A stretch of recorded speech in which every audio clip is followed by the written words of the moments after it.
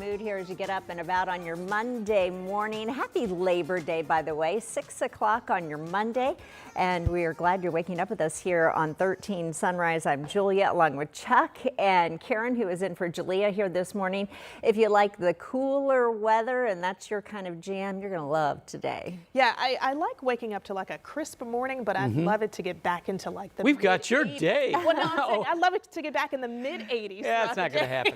But the mid-70s is pretty good, and certainly that's what we're going to get today. This is that transitional period of the year. If you ask a lot of people who kind of like fall and kind of like summer, they'll say September's their favorite month, right? Because you get both of those, and certainly that's going to be the case later today. But I got to tell you, as you look live at downtown Carmel, and we take a bit of a tour to downtown Indianapolis here, and then in Greensburg this morning, it is really crisp. In fact, at Greensburg right now, we are in the upper 40s, and that's pretty common throughout most of Indiana, either the 40s or the 50s. We've dropped to 50 degrees in Crawfordsville, 59 in Martinsville, 56 in Greenfield, and 59 now in Indy. In fact, since we've been on the air this morning, the Indianapolis temperature has dropped 3 degrees. And folks, honestly, I think we're going to drop even more till maybe 8 or 9 o'clock, and then we'll start to pick it up. Good morning, Ball State University, you're at 55. But I think the most telling thing about today's weather are the dew points. We have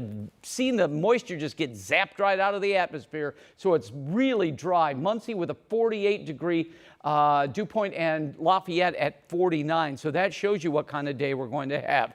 This is one of the biggest travel days of the year throughout the Midwest, and so far so good. The green that you see at all the major airports, from San Francisco to Seattle, from Kansas City to Chicago, Indianapolis, New York, and Orlando, are all experiencing what we would consider minor delays. Not a minor delay to me, 20 minutes, but it is to the airports. Everything 15 to 20 minutes and under, that's considered a minor delay. We do have a cancellation at Indianapolis International at Charlotte. Other than that, JFK, Philly, Houston, some delays there, everything else on time. This is what you'll need to wear later today, some t-shirts and some sunglasses. We'll have a high of 77, but this morning, long sleeves are required. Let's go to traffic this morning. 6:02, going to be a very busy traffic day. The South split to 465, looking good if you're headed to the airport from downtown. 40 miles per hour. That's due to the construction zone that brings that number down. Castleton to the airport, no delays. Can you believe it? Going at 65 miles per hour. That's if you go the north leg, and then, you go past 865 and head south. 65 right now, you're slamming the brakes just a bit. Don't slam them, tap them. Once you get to 82nd Street, 20 miles per hour as we go into that construction zone. But the drive time from Anderson now really fantastic. Also Fishers to 465 at 70 miles per hour. Going to break down more traffic, more weather on this big and wonderful Labor Day in just a few minutes, Karen. All right. Thank you, Chuck. This morning, we are hearing from the family of an Indianapolis woman after a major break in her cold case. Carmen Van Hus was just 19 years old when she was murdered 31 years ago here in Indianapolis. Now police in Missouri say they have a man in custody for her death. Our Matthew Foltz has been looking over the case and joins us with how her family is reacting to that arrest this morning. Yeah, Julia and Karen, the family says they aren't ready to do an on-camera interview just yet. However, 13 News did speak with Carmen's brother, Jimmy, over the phone yesterday. In that brief 20-minute conversation, he says the family is just glad to finally move towards getting justice for Carmen. Now, police arrested 52-year-old Dana Shepard on Friday in Boone County, Missouri. He's being charged with 2 counts of murder and 1 count of rape in the death of Carmen dating back to 1993. At the time, the Marion County coroner determined Carmen was stabbed 61 times. Police say Shepard's DNA from the scene was put into national and state databases back in 2000. It wasn't until last year when IMPD detectives got a tip from DNA analytics that led to police finding Shepard.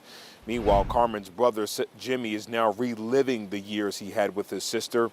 He says she loved animals and was in college studying art before she was killed. Jimmy also tells us that he found out about his sister's death when he turned on the news back in 1993 and saw his dad crying. He says his father died in 2002, always questioning who killed his daughter. Now, right now, Shepard is being held in a Missouri jail. He's due back in court on Wednesday for for an extradition hearing. Meanwhile, Julie and Jalea, we're expecting to hear from IMPD at some point tomorrow during a press conference. So hopefully we'll get more details and revelations into this decades-long cold case. You'll also hear more details from that horrific night coming up at 6:30. All right, Matthew Foltz reporting live for us. Thank you, Matthew. Well, some remains found in Greenwood more than 30 years ago have now been identified. Those remains were found in 1993 near I-65, what is now known as the OT golf course. The Johnson County coroners identified them as Michael Davis from South Carolina. Now, Davis' loved ones had not seen or heard from him since the 80s. He was in his mid-20s when he died. Well, the case has been suspected as a homicide for years. The cause of his death is still undetermined. Davis's family will be coming to Indiana to claim his remains. Authorities in Greenwood tell us they will also release more details about this case during a news conference on Thursday. Well, a family in Lawrence is now without a home this morning after a weekend house fire caused severe damage. Lawrence Fire Department was called to the home around 1:30 yesterday morning near 62nd and Carroll Road. 2 houses had serious damage from the flames. A third had minor damage and no reports of injury. The cause of the fire is still under investigation. Well, the FAA is now warning people here in Indiana about the risk of pointing lasers at airplanes. We've certainly heard this before. Yeah, we sure have. And the agency says Indiana continues to see these incidents at a consistently high rate. The FAA says there were 317 laser strikes aimed at planes between January and July of this year, and that's just in Indiana alone. There were 13,000 nationwide. Our 13 Investigates team previously reported how dangerous this can be for pilots. Unfortunately, people think that they can aim a laser at an aircraft and that it's going to be a little tiny dot, but it's not. It's a big blob of light by the time it reaches the pilot, and then it's hard for the pilot to see through that. So anyone who does point a laser at an airplane needs to know you could face criminal charges. It is, in fact, a federal crime. The FAA says it will fine people between $11,000 and $38,000 for a laser strike. Wow. All right, so if you remember back to Friday night, Central Indiana storms that caused several high school football games to be rescheduled. Yeah, so it left Center Grove High School with some damage to clean up. Our Anna Chucker shows us the damage left behind. Under the Friday night lights, the Center Grove Trojans were not only up against the Fort Wayne Carroll Chargers, but the wind and storms. And they never really stopped all night long. It wasn't until halftime when things took a turn. In this stadium video, you can see the moment when the wind picked up the south bleachers, throwing it into a goalpost. Guess we're going to have to get us a new goalpost. Head coach Eric Morse says multiple lightning delays continued to push the game back. As the players waited out the last delay in the locker room, the teams decided to call it. You know, we thought we were going to play a football game, so we pretty much stayed in focus of football for the whole time till 11:15 or so. This orange cone is where that goalpost used to stand. The wind was so strong it picked up these bleachers and pushed everything forward. They've since been pushed back, but Coach Morse says without the quick response from school officials, people still could have been in the stands when the storm picked up. But that 15-minute buffer that we took to empty everybody out of the stadium really might have saved a lot of people, someone's life or something. You never know. But until another ball is thrown in this end zone, Coach Moore says his team will work around this hurdle. You always want to give the kids a chance. They practice so hard in that heat all week that you want to give them a chance to have fun playing high school football. In Center Grove, Anna Chalker, 13 News. Wow, that's crazy. So Center Grove's game was called, as you heard there, at halftime, so Friday night, but they did play it the next day. They won 28-14. Center Grove's next game will be against Trinity High School in Louisville. Well, today, of course, is Labor Day. Many of you will have the day off from work or school, but there will also be many office buildings closed today. Yeah, and because it's a federal holiday, all city, state, and federal offices will be closed.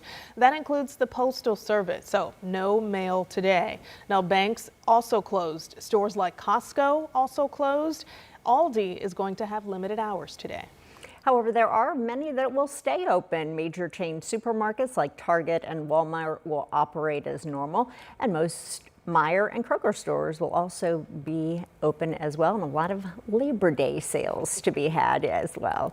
Well, many people will be out on the lakes for this holiday, and one of the hottest spots for that is Geist Reservoir. Yes, we talked to workers at the marina over the weekend as they were already preparing for this holiday. Now, they say visitors should expect extra DNR patrols out on the water. And we also talked with a group who they say they were already having a good time, but are making sure everyone on the boat stays safe.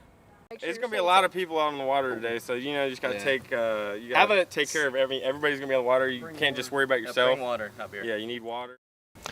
And you can't just worry about yourself. So if you are heading out on Geist, of course, they want you to take water, but also remember there are rules that you need to follow.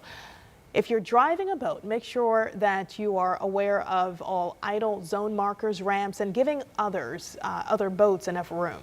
And you also want to remember if you drink alcohol, just be mindful of your alcohol use and drink, again, plenty of water. But no driving the boat if Yes. you're drinking the alcohol. And the biggest thing also, wear your life jacket at all time. Workers encourage you to always look at the rules before getting out on the water.